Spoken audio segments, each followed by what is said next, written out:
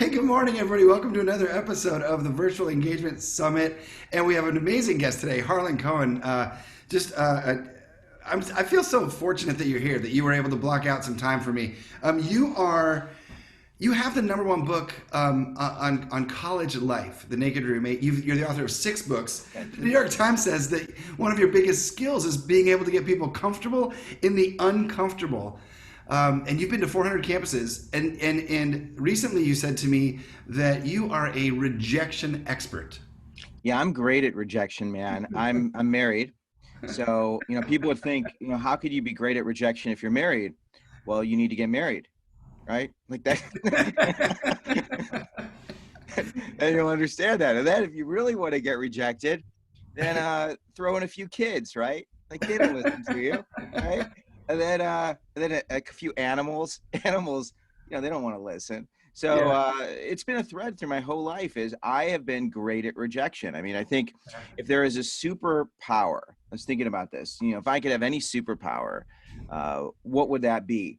And I need to do 2, okay? It would be to fly, because I just think it'd be cool to fly. It'd be great to fly. And to be great at rejection. Like I'd have a big R, and I would be like a rejection superhero. Because I mean, man, we've known each other for years being on the road. I mean, being a performer and going to a new venue, you might have 1,000 people, or you might have how many people? 2. And that's the person who brought you in and the president of the committee. Right. Yeah. Right. So it's like Yeah. rejection. I mean, I'm trying to be careful and just saying how wonderful you are, but as talented as you may be, or anybody else here may be, in terms of the professionalism and the experience that so many of the people who turn to you and are part of this summit and are watching this summit are all these people participating. I think we're all experts on rejection, and recognizing that and spotlighting it really changes our lens, and it helps us to see things a little more clearly. Yeah, and by rejection you mean any speed bump, any what somebody would call a failure, an attempt at something that doesn't go well. Is that like life rejecting you? Is that what you mean? There's a lot of different forms of rejection. Yeah. And sometimes I'm ambiguous when I ask this question. A lot of times I'll talk to students or people who I'm coaching, and I'll say, "Hey, how great are you at rejection?" And they look at me and they don't always know exactly how to answer it, because there are so many forms of rejection. But there's social rejection, there's emotional rejection, there's physical rejection, there's financial rejection, there's academic rejection. Then when it comes to the different forms of how we process rejection, and I actually have a new book that's coming out this year called Win or Learn, based on Nelson Mandela's quote, "I never lose, I only win or learn." Awesome. The naked truth about turning every rejection into your ultimate success. And in that, I go into some of the details of there's self-rejection. I reject myself before ever allowing anyone else to reject me. There's rejection by circumstance. There's a reason someone or something isn't giving me what I want. And then there's something called raw rejection. And raw rejection is no matter what I say or no matter what I do, I will never get what I want based on who I am. I am a 5'5.5" male, and women who were over 6 feet tall really didn't want me. And it's not like I was going after 6 feet tall women, because it hurt my calves to kiss them. I did date someone who was like 5'9", and that was a stretch, like it always. But there are people who will never want me and will never give me the response I want, basically because of who I am. Another example, when it comes to higher ed professionals, if you do like a country line dance, night, and you're, in the Northeast, perhaps, or I don't know, maybe they don't like country line dance, or they do. You might not have people come to the event, even though it's a great event. People just aren't familiar or comfortable with that. Right. So, you can see the rejection is just, it's in all parts of our lives. Yeah, but then what is it? What makes you the expert? Is it in your ability is it your ability to be like, rejection doesn't bother me, right? Is it the ability to persevere after? Yeah. I have to tell you, Jason, rejection hurts me. It's so painful. It's so Yeah. difficult. It cuts me to the core. It Yeah. does. But what I've learned to do is how to process and filter it Yeah. so that I can separate myself from the process. One of the things that I talk a lot about is the universal rejection truth. And recognizing the universal rejection truth is so freeing. And I think given the times we're in, when there's so much uncertainty, recognizing that there is a law of nature like gravity that says not everyone and everything is always going to respond to me the way I want everyone and everything to Yeah. respond. Yeah. So recognizing this truth Yeah. and then surrendering to this truth and recognizing that if I don't get what I want, well, it's either me, it's either something else, or it's the universal rejection truth. And that simple realization that when I don't get what I want, when I don't get what I want, it doesn't have to be me or you that's the problem. Yeah. It can be this other thing, which when it's this other thing, I'm able to grow and I'm Yeah. able to process. And I think that as higher ed professionals, one of our functions is to create a safe environment where students can take risks, where they can process the outcome and ask the question, is it me? Is it someone or something else? Or is it the universal rejection truth? And Yeah. the universal rejection truth is crucial. So as someone who is constantly engaged, who's gotten beaten and bruised over the years and Yeah. evolved in many ways by listening and Sure. processing, I've really become an expert when it comes to processing Yeah. feedback, positive and not favorable. Right. Positive and not favorable. Yeah. Yeah, it's like, I or like negative. I really think it's important. The language is really important, and not using on our own lives really powerful words that might imply that there's no recovery from an event, Yeah. right? And rejection still, because there are so many love songs written after, and when we're talking about love rejection, because we know that so many artists have lived beyond rejection and written so many beautiful songs, it's not as powerful a world as like fail, right? Like I like to use the word speed bump, where we encounter a lot of speed bumps in life, and the way you say that we encounter a lot of rejections, but it really, I think that we really need to realize that not everything that we touch is going to turn to gold, right? Right away or Yeah. ever. Yeah. There's a big link to shame. Mhm. When we don't get the results we want, we tend to process that through a lens of shame. Mhm. And the more shame we experience, the less likely we are to engage and to want and explore Yeah. and learn. So the beauty of this way of looking at life is it really releases us of shame. Because if you take a risk and it doesn't go as planned, or if the year doesn't go as planned, or if you're not on campus, or if you're not able to engage students the way you want, it's not a shameful experience. Yeah. It's a learning experience, and really understanding how to help students and help ourselves to reframe this. And that's the whole win or learn mindset. Yeah. It releases us of being burdened by the shame that saddles us and paralyzes us with fear and keeps us from wanting and prevents us from listening when we don't get the response we want. Yeah. Yeah. And one of the things that you've gotten very good at is trying. You keep trying new things. You keep Oh, man. exploring new things. I mean, tell me what now is this new book your 6th book, or is it your 11th? No, this one would be the 7th book. This is the And 7th. That's awesome. yeah, but it's all been, and this is the thing, like, man, like you're in it, like you're in it. You're out there engaging with people, you're listening, they're sharing their secrets with you. And over the years you see trends and you see patterns. Mhm. And then the books are just a response to, okay, I've seen a trend or a pattern and I have a framework to help. So how can I articulate this and give people these tools so that they can benefit from it as well?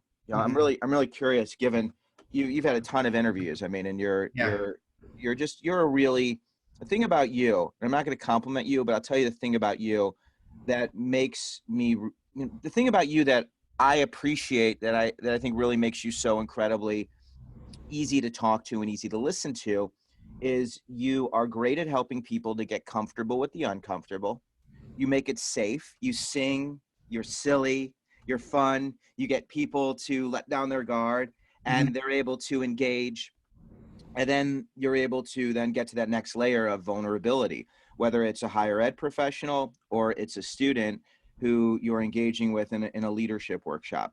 I'm curious, given the number of these interviews that you've had and the amount of information you've been able to process, what are some of the trends that people have opened up and shared with you that maybe we wouldn't know just by talking to someone, because you get that extra layer. Yeah. Well, I think that one of the big ones, the big thing that's connecting everything is and I think this is something that you even have talked about in the past, is that the problems that we have aren't unique to us. Like we are unique individuals, but our problems are not. Our problems are not. And the minute that we're opening up and sharing them, then we're making a connection with others and realizing that we're not alone. So I think that might even be a universal truth, not a trend.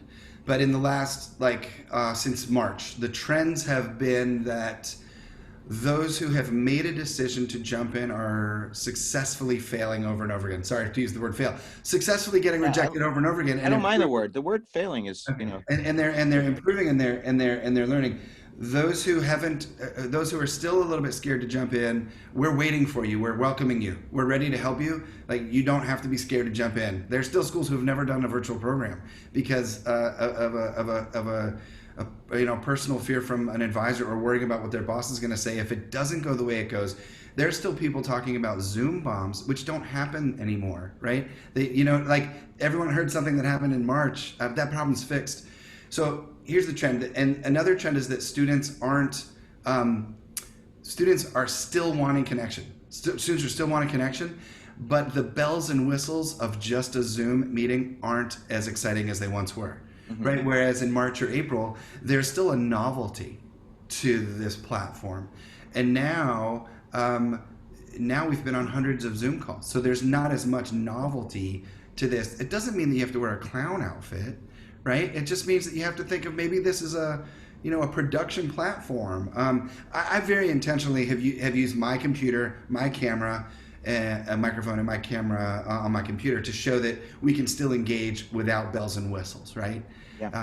And so I hope that I think I answered the question about trends, but I'm not. It's great. It's helpful for me because it informs me. Yeah. And in preparation for our call, because I really wanted to bring something to you and to everybody who's participating in this, whether it's someone who's watching live or watching this as part of the virtual summit. I want to give them something, and what you're talking about of connection, the idea of students feeling like they're part of something. It's remarkable because I was thinking, okay, well, students aren't going to be able to physically be face to face, and there's a lot of things that we can talk about, and I'm prepared to talk about that's uncomfortable. But then I'm like, okay, social media, TikTok, Facebook, Instagram stories, there are blogs. We have a generation of students who are used to feeling connection and community virtually. Sure. Like that's the thing. It's not like they're new to this. Like, oh my gosh, how do I feel connected? Yeah. They've grown up on this, and this is part of who they are. But the disconnect is that our colleges and universities and how we engage hasn't necessarily been, virtual. Sure. So it becomes this thing that's a little scary and intimidating. Yeah. But marrying the two, and I've got some suggestions. Great. And things that we've done, marrying those two really create this incredible opportunity where we can be innovative and we can develop new practices that we can carry over once we get back to life as usual and create an even deeper, more powerful level of engagement. Yeah. I would love to hear those things that you want to share. You have ideas for us. Oh, no, I've got to share them. I was just over-promising and not actually. I thought we were going to end it just now. I want to know. I got the silver bullet, man, but share with me. I got to go. No, I would love to share that. So there are three critical pieces when I'm working with students and when I'm talking to other professionals of engagement. The first thing is, what does a student want? What do they want? And I think this idea of assuming what they want versus knowing what they want or believing we know what they want is something that we need to let go of. And this idea of what do you want, and I've seen some people do this through the community where they've done, small polls and questions, but this idea of like, what do you want? Giving everyone permission to want something that we don't want or know how to do, or to even want something that's the complete opposite of what we think someone wants. Wanting is a very scary practice, because when we want, what happens is we might not get what we want. And that's the rejection piece. It happens all the time. I want this year to be the way it was last year. I want students to want to engage, right? How many times have we said that? I want them to want to be here. Right. So it's really identifying what do students want. When we want, and I'll just dig a little deeper into the want part, because I think it's so fascinating. We either get what we want. Okay. Let me take a step back. One, we don't get what we want, which is painful. Two, we get what we want, but it's very hard to hang on to it and repeat it, because we don't often know how exactly we got it or why we got it. And then the third thing that happens is we get it and we lose it. And that's really painful. Incredible, especially with love. That's why there's so many love songs, because we get it and we lose it, and it just hurts so bad. So this idea of what do our students want and what do we want? So really starting out with what we want. Now you have created this really amazing place for people to come together. And I'm curious, when it comes to wanting, what do you want, Jason? Why do you do this? Me? Yeah. What do you want, man? The first day I was looking for answers. I was looking for connection. I didn't know anything. And so I created a place where I could ask you to join me. Right. So the first thing I wanted, it was March 15th when I started the page. It was a Saturday morning. I had called a bunch of people that Thursday and Friday, other people who were touring performers and agents and artists, and just started asking questions. And everybody just wasn't sure. And I was like, well, if we all don't know, and so I created a place where we could all be unsure together.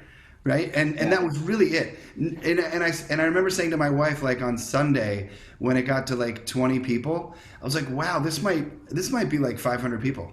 Like I said that, I was like, this is growing really fast. Like day one is 20 people. This is going to be awesome, because we're going to all be able to share ideas. So, and it's grown. It's grown more than 500. What is it now as of today? It's 8 plus 8,000. 8,000. Oh, 8,000. 8,000, yeah. But the point is that, that's a really important thing, is that my, the goal was for me to get some questions answered, right? And to connect with people that I already knew, and maybe invite other people in. And now it's really what you said. It's been helpful to you. Other folks have told me that it's been helpful to them. And that's a huge, that makes my heart grow. It really does. What do I want? I want people to use it and share and be kind to each other and inclusive. And I want it to be a place of encouragement and camaraderie and like this. And I know you're still explaining something, but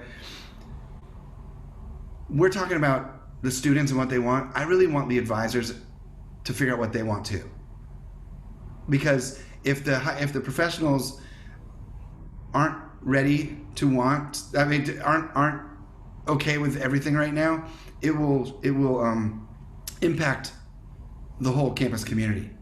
So I want to support the professionals, because without them, the students won't be supported. Like big picture, we're all supporting the students, right? But let's take care of each other in our roles as advisors and colleagues and authors and speakers and comics and magicians and agents and everybody involved in helping younger people, or any student of any age, really. You got me talking, and this is not supposed to be about me, okay? But it's your want, man. It's like, it's the reason that any of us are here. It's the reason any of us are watching. Yeah. It's so about, someone is watching this because they want something. Yeah. They want to get some answers. There's something that's driving them here. Maybe it's the connection and community, and you just want to feel like you're not alone. That's a huge thing right there. I've said this a couple days ago, imagine that you grow up in, suburb of Chicago, you're from that area. Yep. You go to high school near Chicago, you go to college in Chicago, you get interested in higher ed in Chicago, you go to school and you live in a city, and then your first job in higher ed is, a small school in North Texas. and you are alone in terms of like your school may be small, so you wear a lot of hats. We can be your colleagues, right? You know, that's what the platform is, right? Yeah. That's That's what what you bring up, man. That's like a big thing. I mean, I've been doing this for years too. yeah. And, that grad student Hmm. who's from an urban area, who's in a rural community, who can't commiserate with students, who's Yeah. feeling so isolated and feeling so alone and so uncertain, who maybe has that advisor or, boss, supervisor who is in their corner, or maybe not, that Yeah. loneliness, that Yeah. pain. And for them, the want is, connection, community, and comfort. And Yeah. and and the Yeah. question that I was asking you, I mean, really was a way to be able to get to exactly where you brought it. So I'm grateful for that. And it's for anybody who's watching this, what do you want? Like, what do you really want? What do you want for you? What do you want for you? And what do you want for the people whose lives you touch? Because I believe that the vast majority of people who are in this space, who are in this career, we are helpers. We Hmm. want to help.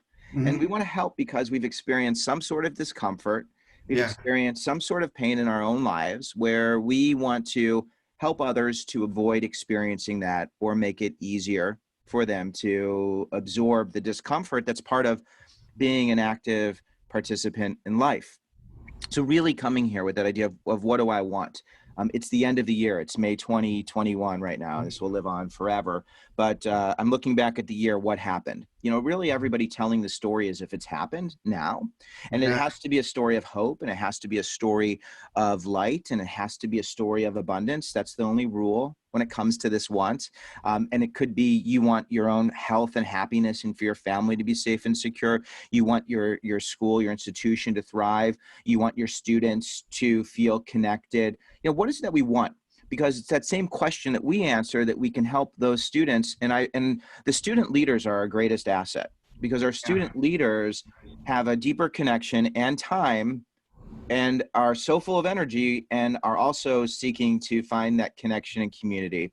So really asking those who are in our corner, who are part of our team, to answer that same question of what do I want? And just playing. Like, so I mean, we could have a 4-hour We conversation, could. We could definitely but have a 4 hour conversation. but the one I want to give some like really Yeah. great tactics of like how to actually do this.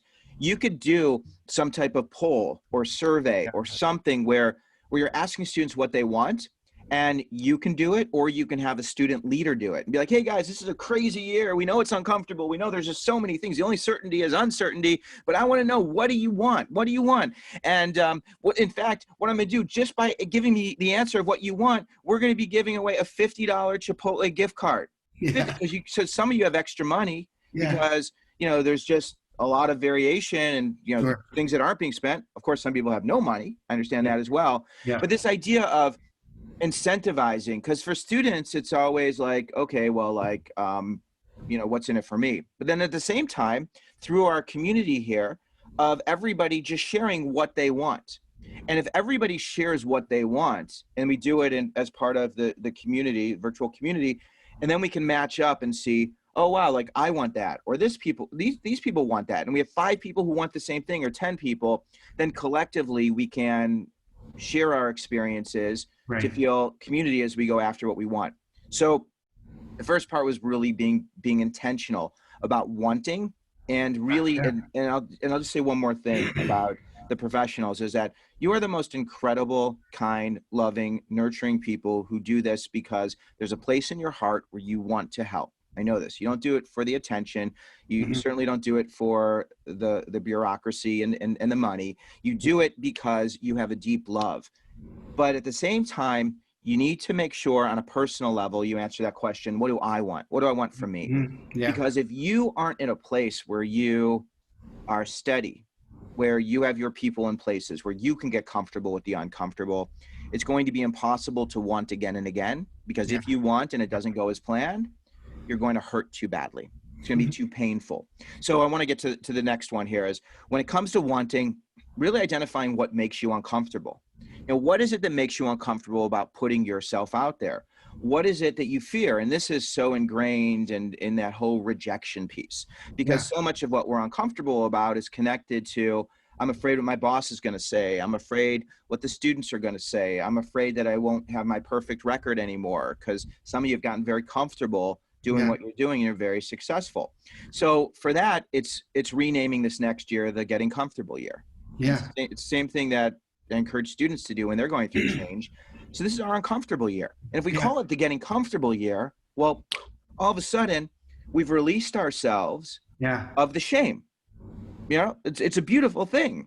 And then once we can communicate that to the rest of the campus and the rest of the community and to the partners we're engaged with, this is another one I love. It's like, I'm not sure what's going to happen. I know something's going to happen. And this is the thing. When you do something, something happens. Like, that's it. Do something and something will happen. And then when that something happens, we can share that as part of this community. So I tell my wife, we got some cool things. I'm doing a lot of really dangerous, emotionally dangerous things. And the two things that really helped me is, if I do something, something's going to happen. Okay? And the other piece, I love this, is information isn't emotional. It's just data. We attach emotion to information, but information in a vacuum is just this stuff that tells us what's happening. So the idea of, I'm not going to make information emotional, I'm going to process it, and then I can attach emotions later, but information on its own is not. So I have to get comfortable with the uncomfortable and recognize there's this truth of the universe that says not everyone and everything can always respond to me the way I want. I can still be capable, I can still be professional, I can still be amazing. But the thing is, as a professional, you need to align yourself. You need to align yourself with, and this is the third part of engagement, is people, places, and patience. You need to be patient. So who are the people who are in your corner? We are in your corner. We are in your corner. 8,000 plus people are in your corner, and it's growing. You've got, everybody knows on that campus who the people are who are in your corner. All right. And when you don't have people in your corner at a campus, that's when you leave. Right? That's when you go. That's when it gets miserable. We've seen the administrator. Jason, how many times have you've known people for years, 20 plus years, new president comes in, new team comes in, and they lose their people and places. Transition.